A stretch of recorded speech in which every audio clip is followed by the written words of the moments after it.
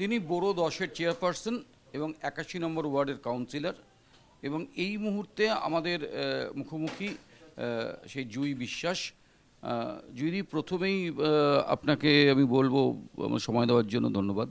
প্রথম কথা হচ্ছে যে টালিগঞ্জে আপনাদের নাম শুনলেই টালিগঞ্জের বিজয়ী প্রার্থী প্রথমেই অবিশ্বাস, বিশ্বাস ব্রাদার্স, রাক্ষস, খোক্ষস এই এই এই টার্মগুলো ইউজ করছেন। এগুলো শুনলে কীরম লাগে? কারণ আপনিও তো ওই পরিবারের সঙ্গে যুক্ত ছিলেন। পরিবারের সঙ্গে যুক্ত থাকি কি না থাকি সেটা বিষয় নয়, কিন্তু পলিটিক্সে একটা সৌজন্য থাকা উচিত। আমার মনে হয় সে যে দলেরই প্রতিনিধি হোক বা সে বিজয়ী হতে পারেন, মানুষ তাকে গণতন্ত্রে মানুষ শেষ কথা বলেন, তাকে মানুষ নির্বাচিত করেছেন ভোট দিয়ে, কারণ তিনি ভালো কিছু কাজ করবেন বলে, মানুষের জন্য কথা বলবেন বলে। আমার মনে হয় পার্সোনাল অ্যাটাকের কোনো জায়গা পলিটিক্সে বেশি দিন থাকতে পারে না। আমার দ্বিতীয় প্রশ্ন আপনার কাছে, যে এই যে আজকে সৌগত রায়কে ডিম ছোড়া হচ্ছে, হ্যাঁ, কাকুলি ঘোষ দস্তিদার চলে যাচ্ছেন, এই যে ভরাডুবি, এটা কি আশা করেছিলেন? বলবার চেষ্টা করছি এতক্ষণ ধরে। দেখুন, পার্সোনাল অ্যাটাকের কোনো জায়গা পলিটিক্সে নেই। যদি মানুষের ক্ষোভ বিক্ষোভ হয়, সেটা যদি তার তো ভোট বক্সে সেটা রিফ্লেকশন অলরেডি হয়ে গেছে। আর নতুন করে তো আর ক্ষোভ বিক্ষোভ করে আর কোথাও জানানোর কোনো জায়গা নেই। মানুষ অলরেডি চেঞ্জ করে ফেলেছেন গণতন্ত্রে। মানুষ যেটা রায় দিয়েছেন, আমার মনে হয় আমরাও মাথা পেতে নিয়েছি। যারা এসছেন শাসন ক্ষমতায় তারাও ভালো করে কাজ করুক, সেই শুভেচ্ছা তো আমরা সবসময় জানিয়েছি প্রথম থেকেই। সুতরাং আমার মনে হয় যে এগুলো আর এখন এগুলো করে লাভ কি? এগুলো করে কোনো লাভ নেই। এগুলো মানুষ সবটাই জানেন কি হয়েছে না হয়েছে, তার জন্যই তো চেঞ্জ হয়েছে। মানুষের ক্ষোভ বিক্ষোভের কথা বলছেন আপনি। 2010 থেকে তৃণমূল কংগ্রেসের কাউন্সিলর, ঠিক তালটা মানুষের কোথায় কাটলো? কারণ 2011 সালে এরম প্রবল জনপ্রিয়তা, মানুষের মতদানের মধ্য দিয়ে তৃণমূল কংগ্রেস ক্ষমতায় এলো, কোথায় তালটা কাটলো, কবে থেকে? 2011 থেকে 2016 পর্যন্ত ফার্স্ট টার্মে গভর্নমেন্টের খুব ভালো কাজ হয়েছে। যেখানে যেখানে আমাদের সুযোগ ছিল, হসপিটাল থেকে শুরু করে বিভিন্ন রাস্তা থেকে শুরু করে আজকে প্রত্যেকটা গভর্নমেন্ট সেক্টরের ভালো কাজ হয়েছে। কিন্তু আমার মনে হয় সেকেন্ড টার্ম 2016 পর থেকে এই আস্তে আস্তে সমস্যার সম্মুখীন শুরু হয়েছিল গভর্নমেন্ট, এবং সেটা 2021 নির্বাচনে তো আমি অবশ্যই আমরা জয়লাভ করেছি, কিন্তু তারপরেও অনেক কিছু ঘটনা ঘটেছে। যেমন আমি যদি বলি, বিভিন্ন দুর্নীতিগুলো যখন সামনে এসেছে, প্লাস তেমনভাবে আমাদের ওই আরজিকরটা one of the main reason বলে আমার মনে হয়। সেগুলো যখন এই জিনিসগুলো আপনারা কাউন্সিলর, আপনারা একদম গ্রাসরুট লেভেলের সঙ্গে কাজ করেন, তো এই যে ক্ষোভ বিক্ষোভ দানা বাজছে, যে এই জায়গায় দল মুখোমুখি হচ্ছে, সেটা বলেননি?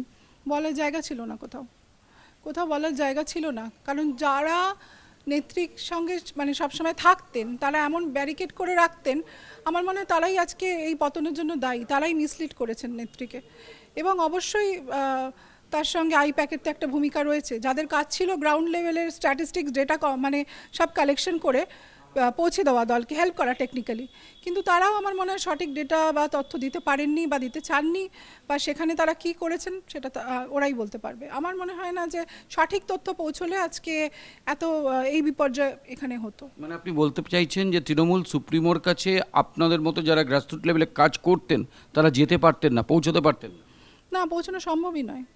আমার মতো কেন, আমি বলছি যে কোনো এমএলএ বা ওই আমাদের যারা কাউন্সিলর, চেয়ারপারসন, এমএমআইসি, অনেকেই পৌঁছতে পারেননি, ম্যাক্সিমামই পৌঁছতে পারেননি। অভিষেক বন্দ্যোপাধ্যায়? আরোই পারিনি আমরা পৌঁছতে। অভিষেক বন্দ্যোপাধ্যায়ের কাছে আরোই পৌঁছানো সম্ভব হয়নি। কারণ দেখুন, আমি জানি না মানে এটা কী পলিসিতে, ওনারা তো নিশ্চয়ই একটা পলিসি মেকার, এবার ওনারা কী পলিসিতে দলটাকে চালনা করবেন এটা তো ওনাদের ব্যাপার। কিন্তু আমরা অ্যাপ্রোচ করেছিলাম, কিন্তু উনি হয়তো সময় দিতে পারেননি। মানে অভিষেক বন্দ্যোপাধ্যায় তিনি সময় দিতে পারছেন না, মমতা বন্দ্যোপাধ্যায় তার কাছে পৌঁছানো যাচ্ছে না, তাহলে আপনার মতো যারা দলের সর্বক্ষণের একনিষ্ঠ কর্মী, তাহলে তারা মানে জনগণ এবং নেতৃত্বের মধ্যে আপনারা ব্রিজ, তাহলে সেই সেতু বন্ধনটাই তো ছিল না, তাহলে তো কি হারটা আগেই বুঝতে পেরে গিয়েছিলেন? 2021 সালে আমরা যে জয়লাভটা করি, তার অন্যতম কারণ ছিল সেই সময় যে কোভিড হয়। সেই কোভিডে কিন্তু আমাদের প্রত্যেক জনপ্রতিনিধি রাস্তায় নেমে কাজ করে। প্রতিটা বাড়িতে বাড়িতে আমরা সার্ভিস দিই, কোভিড আক্রান্তদের পাশে থাকি। স্যানিটাইজেশন থেকে শুরু করে তাদের রেশন পৌঁছানো, তাদের ওষুধ পৌঁছানো, তাদের হসপিটালাইজ করা, তৃণমূল কংগ্রেস যথেষ্ট ভালো কাজ এই করোনার সময়, কোভিডের সময় করেছিল। কিন্তু তারপর থেকে যে দুর্নীতি, যে সমস্ত একের পর এক ধর্ষণের ঘটনা, যেগুলো একেবারেই আমার মনে হয় মানুষের মনে দাগ কেটে গেছে। আমি তো বিভিন্ন মহিলার সঙ্গে কথা বলতাম, বিভিন্ন মানে বিভিন্ন শ্রেণীর মহিলা, অনেকে হয়তো ইকোনমিক্যালি ব্যাকওয়ার্ড, অনেকে আবার একদম খুব হাই রাইজ বিল্ডিং থেকে আসছেন, অনেকে একদম হাইলি এডুকেটেড। তো সবারই একটাই বক্তব্য ছিল যে আরজি করে যেটা হয়েছে সেটা খুবই অন্যায় হয়েছে। আমার মনে হয় আরজি করে ঘটনাটাই মানুষের মনে সবচেয়ে বেশি দাগ কেটে গেছে সম্প্রতি। আপনি তো দলের সর্বভারতীয় স্তরে আপনি তো মুখপাত্র ছিলেন, তো সেই জায়গায় যখন কোনো জায়গায় যেতেন আপনি কোনো চ্যানেলে বা কোনো বক্তব্য জানাতে, তখনও অভিষেক বন্দ্যোপাধ্যায়ের কোনো রকম যোগাযোগ থাকতো না? না, থাকতো না, কেন এটা পুরোই কন্ট্রোল করতে হচ্ছে আমাদের আইপ্যাকের একটা টিম ছিল যারা মিডিয়া সেলটা দেখতো, তারাই কন্ট্রোল করতো এবং তাদের সঙ্গে আমাদের রেগুলার বেসিসে কথা হতো এবং যা ডেটা বা স্ট্যাটিস্টিক আমাদের লাগতো ওরাই সাপ্লাই করতো। সুতরাং direct Abhishek Bandyopadhyay media cell ওরমভাবে তো দেখতেন না, যারা আইপ্যাকের ছিলেন তাদের সঙ্গে আমাদের কাজ করতে হতো এবং সেটা ন্যাশনাল মিডিয়া হোক বা আমাদের রিজিনাল মিডিয়া হোক, এগুলো ওইভাবেই কাজ হয়েছে। কিন্তু অভয়ার কেসটা আমি ডিফেন্ড করতে চাইনি যেহেতু পার্টিকে, তারপর থেকে আর আমাকে মিডিয়ায় পাঠানো হয়নি।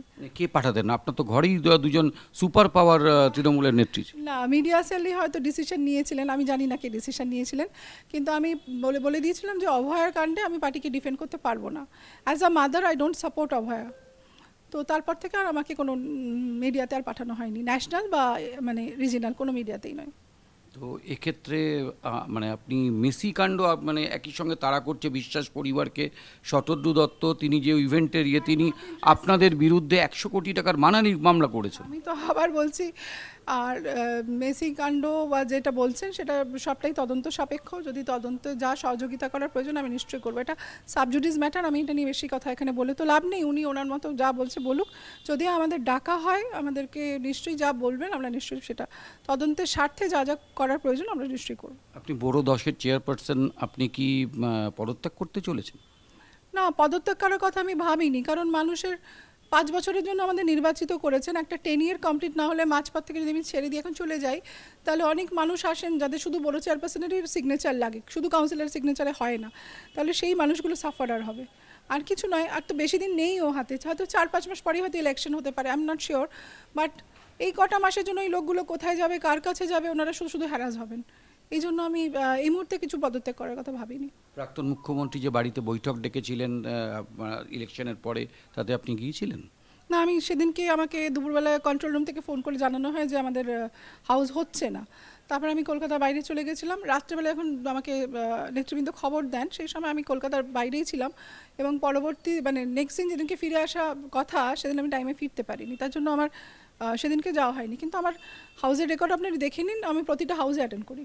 2010 থেকে আপনি তৃণমূলের কাউন্সিলর এবং 2019-এর পর থেকে যে সময়টা আপনি বলছেন তাল কাটলো, সেই সময় থেকেই টলিউডে স্বরূপ বিশ্বাস নামটা প্রবলভাবে ইন্টারভেন করতে শুরু করে এবং স্বরূপ বিশ্বাস বিতর্কের কেন্দ্রবিন্দুতে চলে আসেন। এ ব্যাপারে কি বলবেন? এটা এই সময় কি আপনি ঘরে তাকে সতর্ক করেননি? আমি বলছি 2019-এর শেষ থেকে আমি ওনার সাথে মানে আমার মিউচুয়াল সেপারেশনে রয়েছি, সুতরাং আমার পক্ষে জানা সম্ভব ছিল না যে কোথায় কি হচ্ছে না হচ্ছে। আর দেখুন, কাজের জায়গাটা তো আলাদা, কাজের জায়গাতে কি প্রতি মুহূর্তে কাউকে খোঁজ খবর নেওয়া যায় ফোন করে যে কাজে কি হচ্ছে, কে কি করছে না করছে, এটা তো আমার লুকআউট নয়। টলিউড নিয়ে আমি কোনোদিনও ইন্টারেস্টেড ছিলাম না, আর টলিউড নিয়ে আমি কেন মন্তব্য করব যেখানে আমি ইন্টারেস্টেডই নই।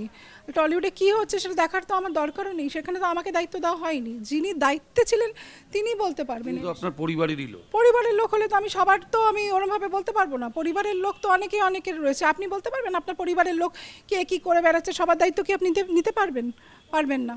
সুতরাং পরিবারের 10টা লোক থাকলে তারা 10 জনের কোথায় কি করছে সেটা কারোর পক্ষে ওরমভাবে বলা সম্ভব নয়, সেই দায়িত্ব নেওয়া সম্ভব না অন্য কারোর পক্ষে। আপনারা সেপারেশন রয়েছেন, তো সেক্ষেত্রে মানে এটাও শোনা যাচ্ছে যে খুব শীঘ্রই আপনাদের বিবাহ বিচ্ছেদের প্রস্তুতি পর্ব আসন্ন। না, এটা আপনাদের একটা ভুল নিউজ, আমি জানি না সার্কুলেট করছে অনেক মিডিয়া। এবছর শুরু থেকেই লিগ্যাল প্রসেস চালু হয়েছে, সুতরাং এটা একটু টাইম টেকিং ব্যাপার। 1 দিন 2 দিনে তো কারো ডিভোর্স হয়ে যায় না, আইনি প্রক্রিয়া চলছে, যতদিন লাগবে শেষ হয়ে যাবে, যখন শেষ হবে জানিয়ে দেওয়া হবে। দলের অনেকেই এখন দেখা যাচ্ছে যে দলত্যাগ করে আবার অন্য একটা নৌকোয়, অন্য দলের নৌকোতে তারা পা রাখার জন্য উদ্গ্রীব। আপনি? আমার এরকম কোনো কিছু জানা নেই, কারণ কারোর সঙ্গে আমার কলিগসদের সঙ্গে আমার এই বিষয়ে কোনো আলোচনা হয়নি। কে কোথায় যাবেন, কে কি রাজনীতি করবেন, কোন দলে যাবেন, সেটা তার ব্যক্তিগত ব্যাপার, এখানে আমার কোনো ইন্টারেস্ট নেই। আমি আপনার ক্ষেত্রে জিজ্ঞেস করছি। It's too early to say, এখনই এই ডিসিশন নেওয়ার কোনো সময়ই হয়নি, কারণ আমার I have to finish my tenure তারপরে আমি ভেবে দেখবো মানে কি করব সেটা পরবর্তীকালে জানাবো। বিজেপির দরজা খোলা আছে। বিজেপি, কংগ্রেস, সিপিএম, আপ, ভারতবর্ষের যত পার্টি রয়েছে, আমি পলিটিক্স তো ছাড়বো না, নিশ্চয়ই পলিটিক্স করব, কিন্তু পলিটিক্সে কি করব পরবর্তী স্টেপ সেটা সময় মতো জানাবো। অর্থাৎ জুঁই বিশ্বাস তিনি বলছেন যে তিনি সক্রিয় রাজনীতিতে থাকছেন এবং বোরো দশের চেয়ারপারসন হিসাবে তার যে কার্যকাল সেই কার্যকাল শেষ করেই তারপরে তিনি পরবর্তী প্রসঙ্গ বা পরবর্তী পরিকল্পনা ঠিক করবেন। ক্যামেরায় প্রণয়ের সঙ্গে দেবাঞ্জন, জি 24 ঘন্টা।